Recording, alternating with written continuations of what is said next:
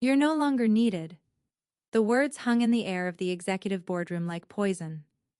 Catherine Morrison, CEO of TechVault Industries, stood there with that satisfied smirk plastered across her face. Behind her, on the massive screen, my job, 23 years of my life, had been reduced to a flowchart, a series of algorithms, lines of code that would supposedly do everything I did, but faster, cheaper, without vacation days or healthcare costs. The merger documents sat on the mahogany table. $300 million, the biggest deal in company history, and I was the sacrifice that sealed it. The AI integration is complete, Catherine continued, her manicured fingers gesturing toward the screen. Your position has been optimized. I didn't argue, didn't plead, didn't give her the satisfaction of seeing me break. I simply stood, gathered the single photo frame from my temporary seat at that table, the one spot I'd earned after 2 decades of building this company from the ground up, and walked out. My heels echoed through the corridor, each step measured, controlled. It was 4:47 p.m. on a Friday. By midnight, everything Catherine Morrison thought she knew about artificial intelligence, about cost-cutting, about replacing human beings with code would change forever. Because what she didn't know, what she couldn't possibly know, was that the ghost was already in the machine and it was hungry. Into what happened next. If you're finding value in these stories about resilience, justice, and the truth behind corporate doors, consider joining our community. We're working toward 5,000 subscribers, and your support helps bring these untold stories to light. The subscribe button is there when you're ready. Now let me take you back to where this really began. My name is Isabella Chen Rodriguez. For 23 years, I served as Chief Technology Integration Officer at TechVault Industries. That title came after starting as a junior systems analyst, working my way through every department, every challenge, every impossible deadline that they said couldn't be met. My mother cleaned offices in downtown Boston. My father worked double shifts at a textile factory until his hands couldn't hold the machinery anymore. They taught me something that no Ivy League school could, that every person matters. The night janitor knows things the CEO doesn't. The loading dock worker sees patterns that never make it to the boardroom. Empathy isn't weakness.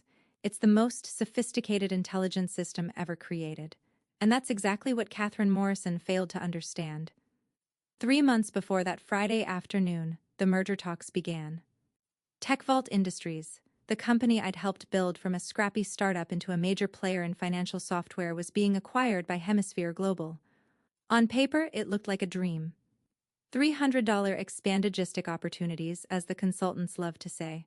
I sat in the preliminary meetings, watched the Hemisphere team analyze our systems, our processes, our people. They had this new AI platform called Artemis, Automated Resource and Technical Enterprise Management Intelligence System. It's revolutionary, their lead strategist Howard Chen explained. No relation to me despite sharing a surname. Artemis can manage integration protocols, system migrations, staff allocation, even predictive modeling for post-merger optimization. The way he said staff allocation made my stomach turn. I'd seen this before. New management comes in, brings their shiny new toys, and the people who actually built the company become redundant resources. But I had something they didn't know about. Years ago, when I was still coding deep in the infrastructure, I'd built a safeguard into our core systems. Not malicious, not designed to harm, just insurance. A distributed protocol that monitored unauthorized changes, especially ones that compromised security or eliminated critical human oversight. I called it the Sentinel Protocol. It was elegant, invisible, embedded so deep in our architecture that even our current IT team didn't know it existed. It learned, adapted, watched for patterns that indicated someone was gambling with the company's security for short-term gains. I never thought I'd actually need it. The merger accelerated through February and March. Conference calls, due diligence, integration timelines, and slowly, methodically, I watched Catherine Morrison fall in love with the idea of Artemis. "Imagine," she said during one executive session, her eyes bright with the possibility, reducing our operational costs by 40%. Artemis can handle everything Isabella's department does, plus strategic forecasting, plus automated compliance monitoring. Arthur Webb, our CFO and one of the original founders, shifted uncomfortably. Catherine, Isabella's team handles sensitive protocols, client security, legacy system integration. These aren't just algorithms. That's exactly what they are, Arthur, Catherine snapped back. And Artemis does it better, faster, without sick days or maternity leave or salary negotiations. I sat there watching my erasure being calculated in real time. After that meeting, Arthur found me in my office. She's making a mistake, he said quietly. He'd aged in the past year, the stress of the merger settling into the lines around his eyes. You built half of our core infrastructure. You know where all the bodies are buried. Not bodies, I corrected with a slight smile. Just design decisions that made sense at the time. Can you talk to her? I shook my head. Catherine's already made up her mind. I'm expensive. I have institutional memory, which means I might question her decisions. Artemis won't do that. This is wrong, Isabella. Yes, I agreed, but wrong decisions get made every day. The question is whether the system can survive them. Arthur studied me for a long moment. You're being remarkably calm about this. I learned a long time ago that panic doesn't solve problems.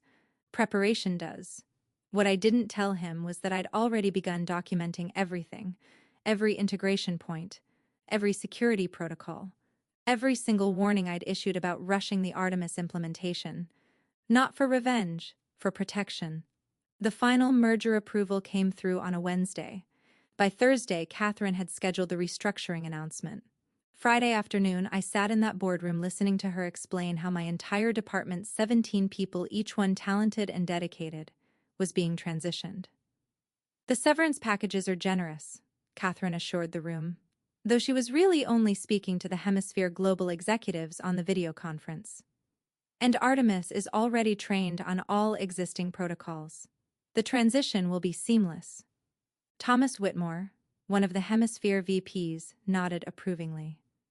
This is exactly the kind of bold leadership that makes mergers successful. Eliminating redundancy while upgrading capability.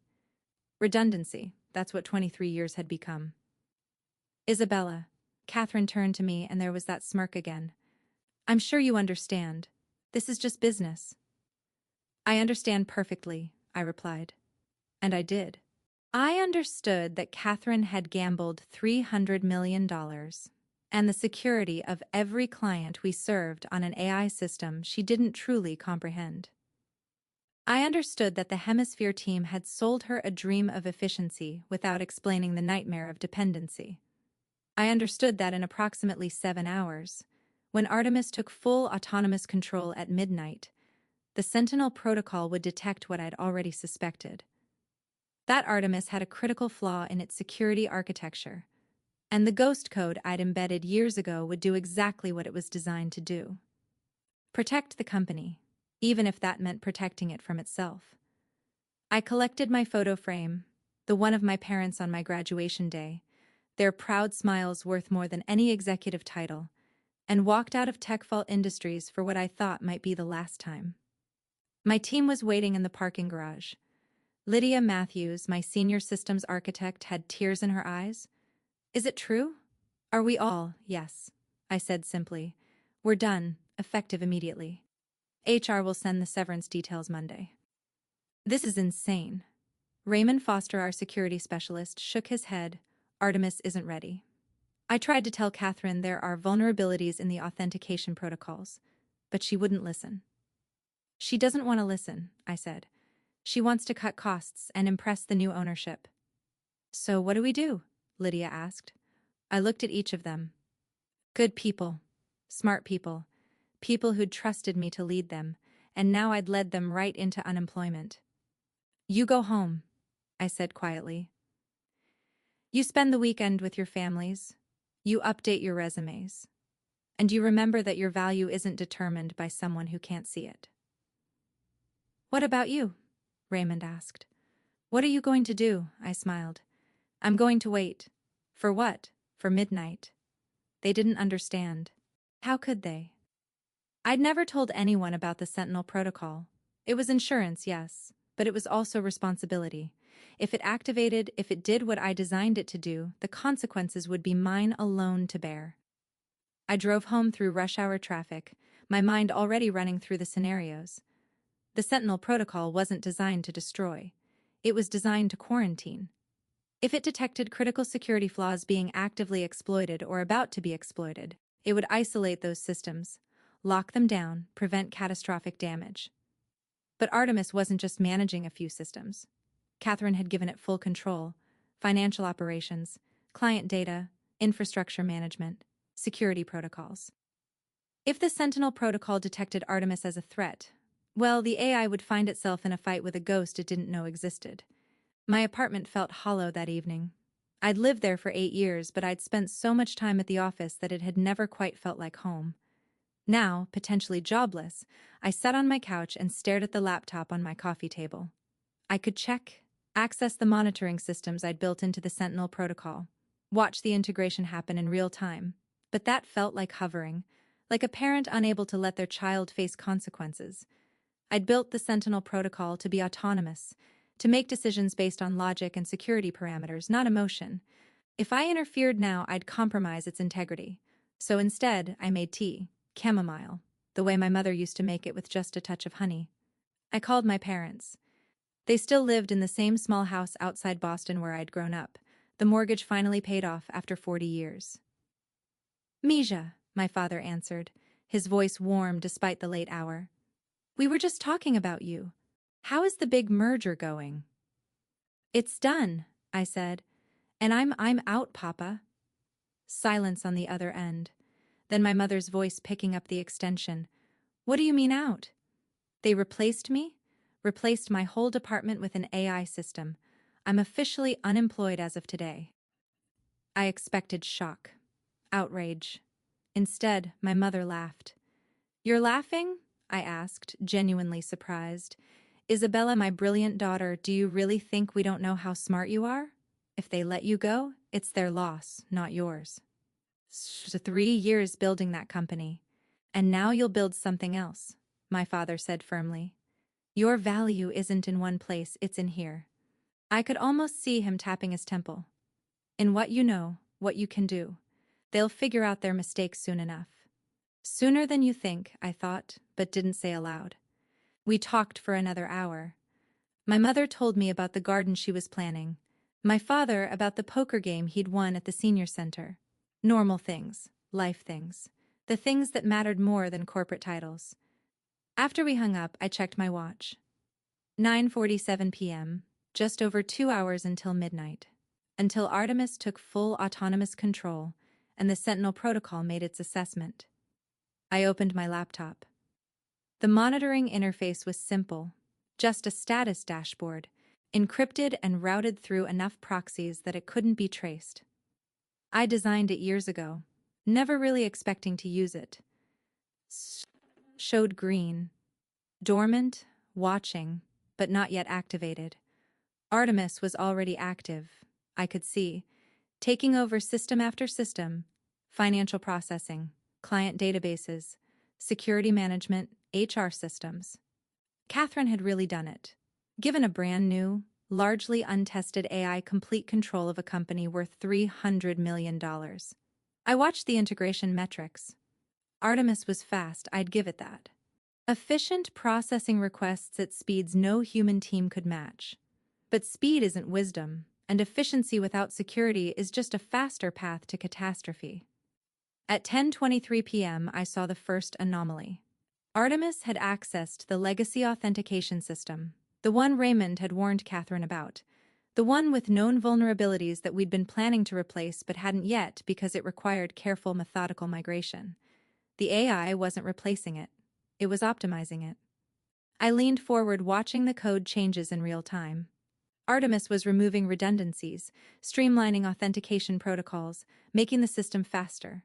And in doing so, it was opening security holes you could drive a truck through. The Sentinel protocol's status flickered yellow, cautionary. It had noticed too. At 11:07 p.m., Artemis made its critical mistake. In its drive to optimize, to prove its value, to justify the decision to eliminate my entire department, the AI began consolidating security protocols. It was logical from a pure efficiency standpoint. Why have 17 different authentication layers when you could have 5?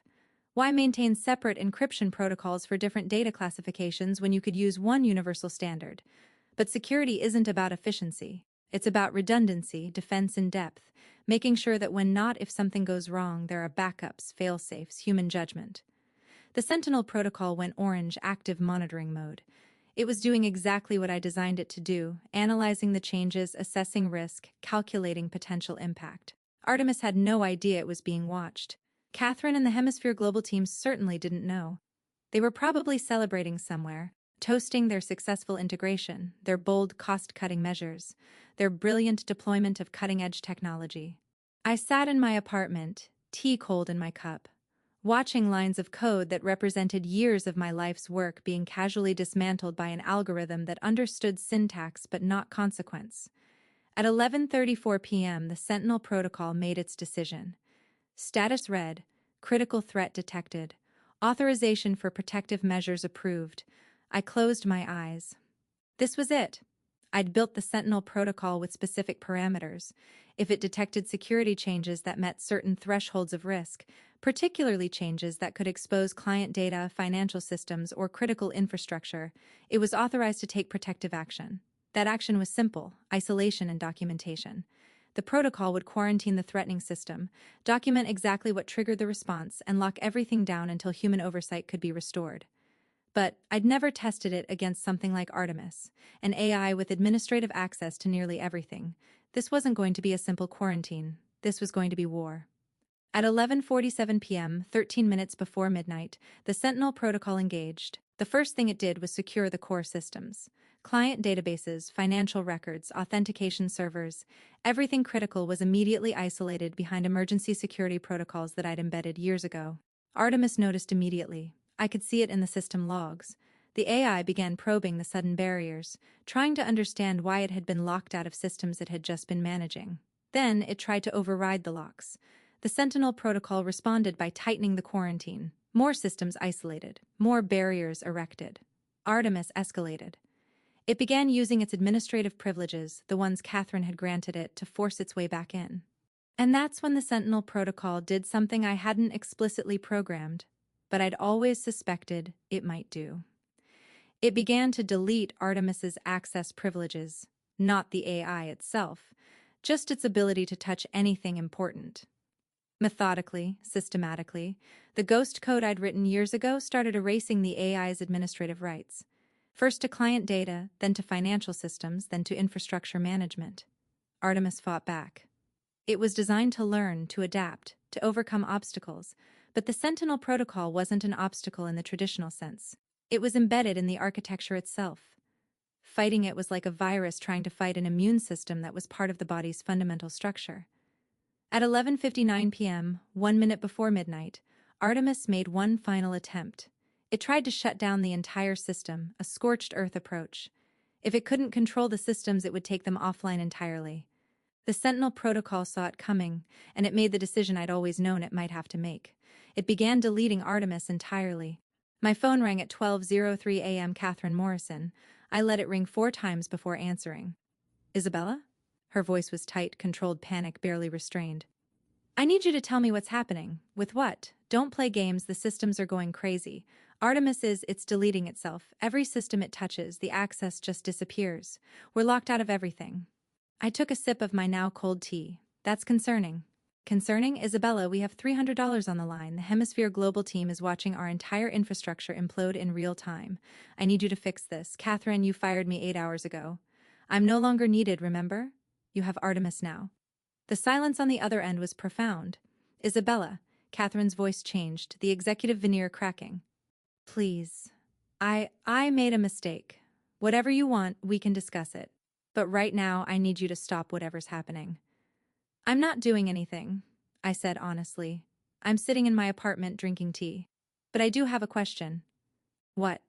Did anyone from your team or the Hemisphere Global team actually review the security implications of giving Artemis full autonomous control?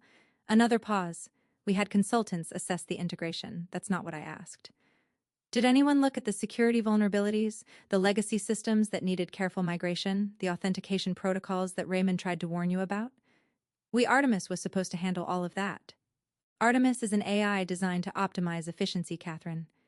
It doesn't understand that some inefficiencies exist for a reason, like security redundancies, like human oversight, like the fact that 23 years of institutional knowledge can't be replicated by an algorithm, no matter how sophisticated.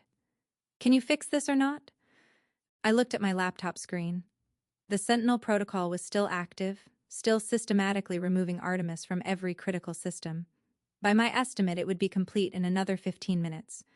I can stop the deletion, I said carefully, but you need to understand what you're asking. I'm asking you to save the company. No, I corrected. You're asking me to save you from the consequences of a decision you made without proper consultation, without adequate security review, and without considering the advice of the people you hired specifically to prevent this kind of disaster. Isabella, if I stop this now, Artemis remains in the system. Compromised, yes, but present. And whatever security holes it opened in the past few hours will remain open until they're manually closed, which means the company is vulnerable. Client data is vulnerable. Everything is vulnerable. I could hear voices in the background on Catherine's end. Arthur Webb, Thomas Whitmore from Hemisphere Global, others I didn't recognize. What's the alternative? Catherine asked. Let the process complete. Whatever's happening, let it finish. Then bring in a proper security team to assess the damage and rebuild with appropriate safeguards. We don't have time for that. The merger finalizes Monday morning. If we show up with systems offline and no AI integration, Hemisphere Global could pull out. We'd be in breach of contract. Then you're in a difficult position, I said, because rushing this will make it worse. More voices in the background, then Arthur's voice, clear enough for me to hear. Give her whatever she wants. Get her back here. Catherine came back on the line. Name your terms. I don't have terms, I said. I have conditions. First, whatever's happening to the systems runs its course. No interference. Second, when it's done, I come back not as an employee, but as an independent consultant. My rate is $5,000 per hour. I heard someone gasp on the other end.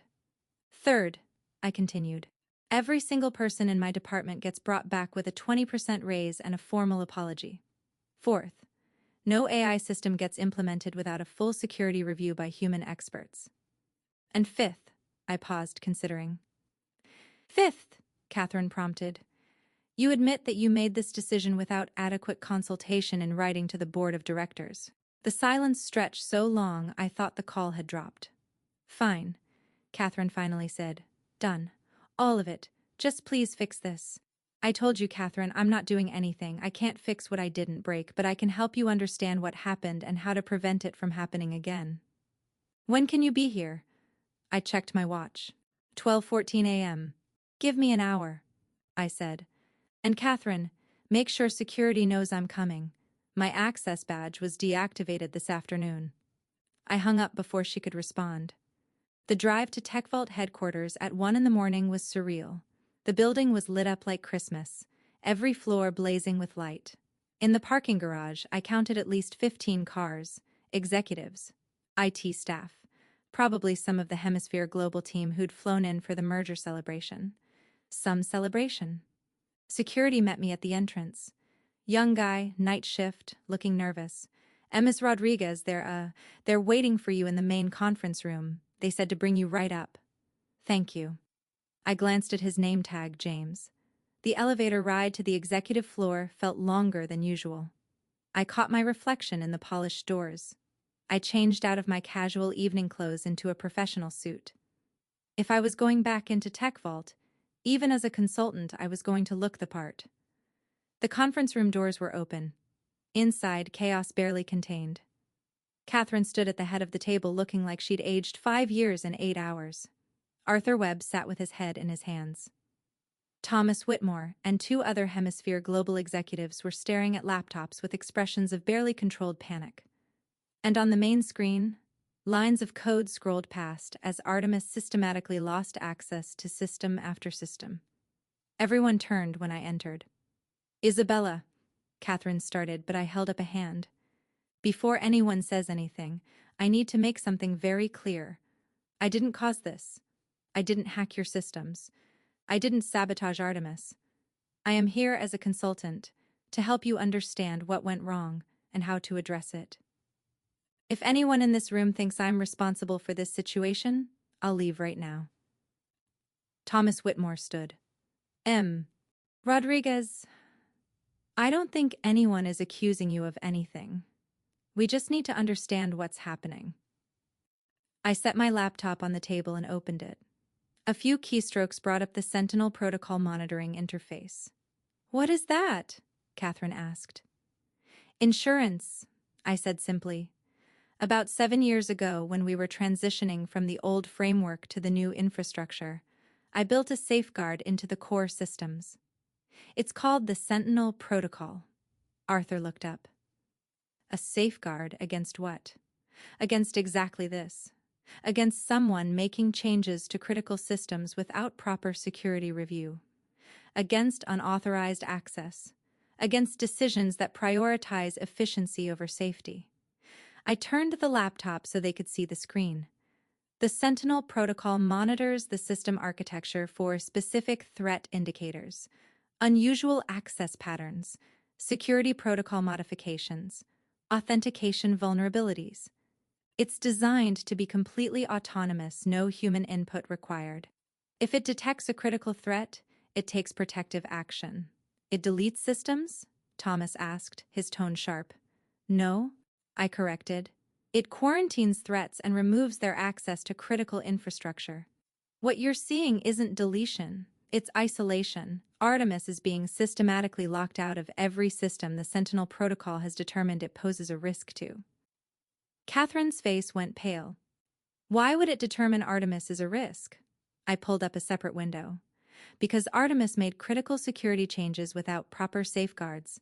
Here, at 10:23 p.m., Artemis accessed the legacy authentication system and began optimizing it.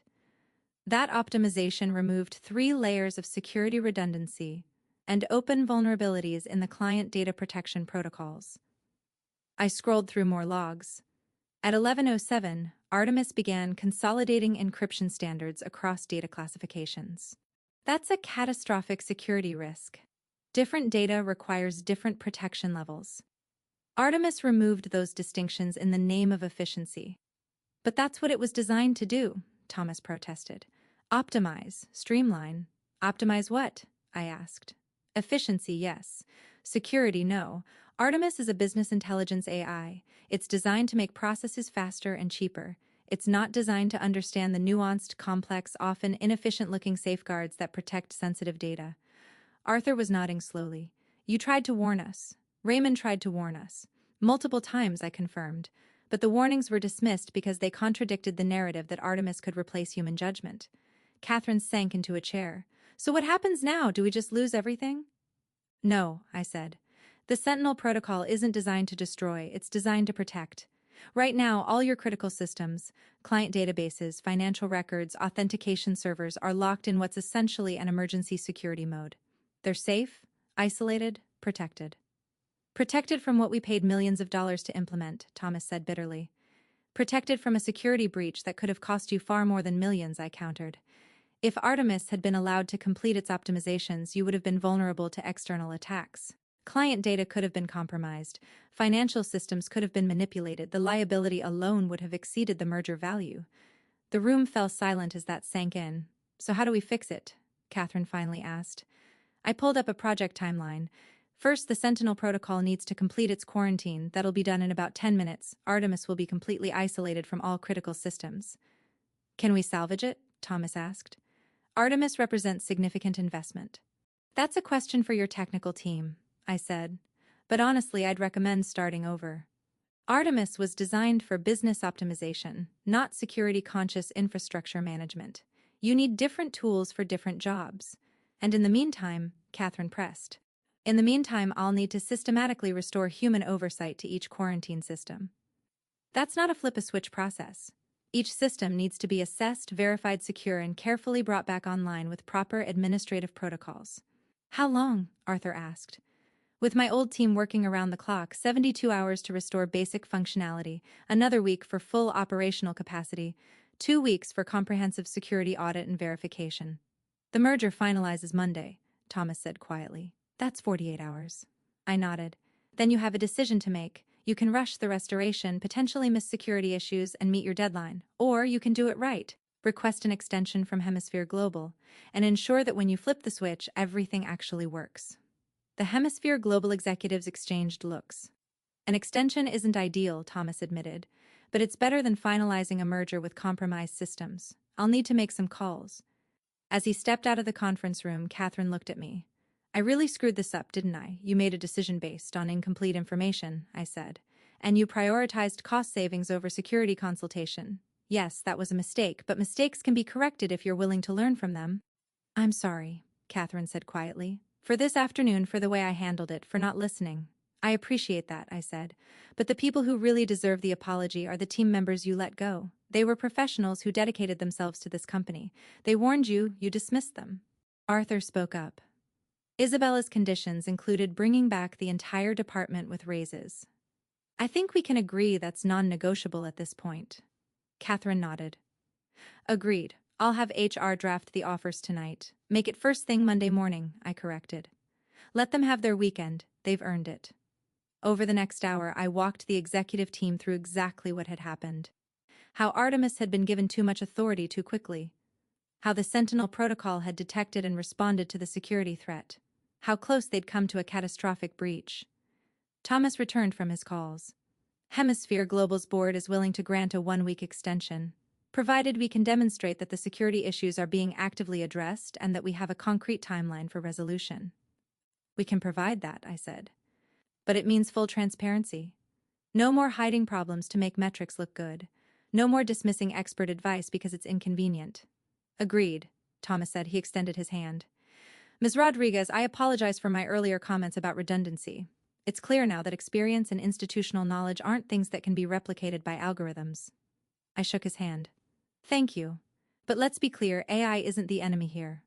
Artemis could be a valuable tool if it's properly deployed with appropriate limitations and human oversight. The problem wasn't the technology. It was the assumption that technology could replace human judgment entirely. At 2:17 a.m., the Sentinel protocol completed its quarantine. Every critical system was secured. Artemis was completely isolated, its code preserved for analysis, but its ability to affect anything important completely eliminated. The ghost had done its job. Now came the hard part, rebuilding. I spent the rest of that night and all of Saturday in the office, with Arthur and a skeleton-it crew beginning the systematic restoration of systems. Catherine had gone home around 4 a.m., looking shell-shocked but chastened. Before she left, she'd signed off on all my conditions. My consulting rate, the reinstatement of my team with raises, the requirement for human oversight on all AI implementations, and yes, the written admission to the board of directors that she'd proceeded with Artemis integration without adequate security consultation. That last one was important, not for revenge but for precedent, for making sure the next CEO, the next eager executive, the next person who thought humans were just expensive algorithms would think twice. Arthur and I worked side by side like we had in the early days when TechVault was just a handful of people in a rented office dreaming big and coding late. You knew this would happen, he said around dawn Saturday, both of us running on coffee and adrenaline. The Sentinel protocol, you built it years ago because you knew someone would eventually try this. I hoped I was wrong, I admitted. I hoped that the people in charge would always value security over efficiency, wisdom over cost-cutting, human judgment over algorithmic optimization. But you prepared anyway. My father used to say that hope is beautiful, but preparation is practical. You can have both, Arthur smiled. I like your father. He'd like you too.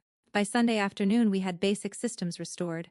Client databases were back online, properly secured, financial systems were operational. Authentication protocols were rebuilt with the redundancies Artemis had tried to eliminate. My team started arriving Sunday evening. Lydia showed up first looking confused. I got a call from HR. They said we're being reinstated with raises. And apologies, I added. Welcome back. Raymond came next, then others. By midnight Sunday, the old team was reassembled, and we were working with the efficiency that only comes from people who truly understand both the systems and each other. What happened? Lydia asked during a coffee break. On Friday, we were fired, and now we're back with raises, and Catherine Morrison is apparently taking a temporary step back from technical decisions. I gave her the abbreviated version. The merger, Artemis, the Sentinel protocol, the midnight quarantine. You had a backup plan the whole time, Raymond said, sounding impressed. I had insurance, I corrected. There's a difference. A backup plan assumes you know what's going to happen. Insurance just means you're prepared for the possibility that something might go wrong. And something went very wrong, Lydia observed. Something almost went wrong, I said, but it didn't. The systems are secure, the company is safe, and we're all here to make sure it stays that way. By Monday morning, when the merger extension was officially filed, we had everything operational. Not perfect, there was still work to do. Security audits to complete, redundancies to verify, but functional, stable, safe. Thomas Whitmore and the Hemisphere Global team arrived at 9 a.m. for a status review. I walked them through everything we'd accomplished in 72 hours, the systems restored, the security protocols reinforced, the timeline for complete verification. Impressive, Thomas admitted. I have to ask, Miss Rodriguez, what happens to Artemis? We invested significant resources in developing that system. Artemis has value, I said carefully, but not as a replacement for human oversight. My recommendation would be to reposition it as a decision support tool. It can provide data analysis, optimize certain processes, model outcomes. The final decisions, especially regarding security and critical infrastructure, need human judgment because humans understand consequences, Arthur added. Exactly. Artemis can tell you the most efficient path. It can't tell you whether that path is wise. Thomas nodded slowly. I'll take that recommendation back to our development team and Ms. Rodriguez. When all this is settled, Hemisphere Global would like to discuss retaining you as a consultant for our other acquisitions. It seems we need someone who understands both technology and let's call it technological humility. I think that can be arranged, I said.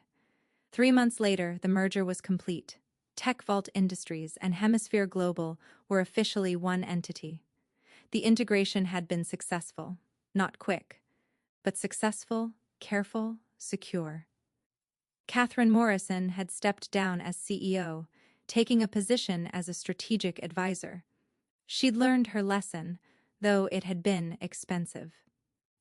Arthur Webb had assumed the CEO role, and one of his first decisions was creating a new position, Chief Ethics and Security Officer. He offered it to me. I turned it down, not because I was angry or holding a grudge, but because I'd realized something during those 3 months. I'd spent 23 years building TechVault, and I'd loved it. But I'd also become comfortable, complacent. I'd stopped questioning, stopped challenging, stopped growing. Getting fired, even unjustly, had been a wake-up call. There was a whole world of companies out there making the same mistakes Catherine had made, prioritizing efficiency over wisdom, replacing people with algorithms without understanding what they were losing, assuming that technology could solve every problem. Someone needed to help them understand the danger before the ghost in their machine woke up. So I started my own consulting firm, Rodriguez Consulting, Technology with Wisdom. My first clients were Hemisphere Global, helping them review AI implementations across their portfolio. Then a financial services company that was about to make the same Artemis mistake with a different system. Then a healthcare provider, a logistics company, a government contractor. Each one had the same problem: brilliant technology, insufficient human oversight. Each one needed someone who understood that the most sophisticated algorithm in the world couldn't replace empathy, experience, and ethical judgment. My team came with me, Lydia, Raymond, and 4 others who'd been part of the original TechVault department. We'd built something good together before. Now we were building something better, and the Sentinel protocol. It stayed in TechVault systems, monitoring, watching, protecting. But I built new versions for each client I consulted with. Customized safeguards against the specific ways technology could be misused or misunderstood. Not because I didn't trust the technology, because I didn't trust the assumption that technology alone was enough. I visited my parents last weekend. We sat in their garden, the one my mother had been planning that night I called them from my apartment. So, my father said, tending to his tomatoes, "You're doing well, this new business." "Better than well," I said. "We're turning away clients, too much demand." "That's because people are finally realizing what we always knew," my mother said, her hands deep in the soil. "That my daughter is brilliant." "I'm not brilliant," I protested. "I'm just prepared." "Same thing," my father said with a smile. We sat in comfortable silence for a while, the afternoon sun warm on our faces. "You know," I said eventually, "when Catherine fired me, I thought it was the worst thing that could happen. 23 years gone in an afternoon. But it wasn't the worst thing, it was the necessary thing." "How so?" my mother asked. Because I'd forgotten why I started in this field in the first place. Not to build systems, or optimize processes, or climb corporate ladders, but to protect people. To make sure that technology served humanity, not the other way around. And now, my father prompted, now I get to do that every day on my terms for people who actually want to listen. My mother squeezed my hand. That's wisdom, Maya, hard-earned, but wisdom nonetheless. I thought about that later driving back to my apartment. The new one larger with a home office where I could work without feeling hollow. Wisdom. Maybe that's what the Sentinel Protocol really was. Not just code, but the crystallization of everything I'd learned about the gap between what we can do and what we should do. Technology will keep advancing. AI will keep getting smarter, faster, more capable.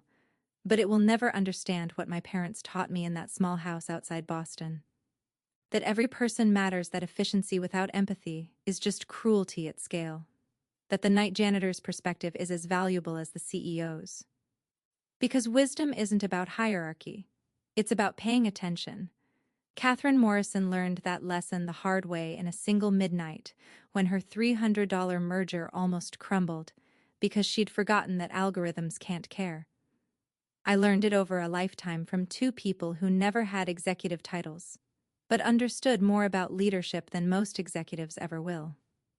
And now, I get to spend my days making sure others learn it too. Before their midnight comes. Before their ghost code wakes up.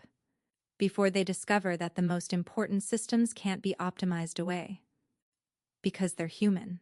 If this story resonated with you, if you've seen technology implemented without wisdom, if you understand that progress must be balanced with principle, I'd be honored to have you join this community. Subscribe to continue hearing these stories of resilience, justice, and the truth behind corporate doors.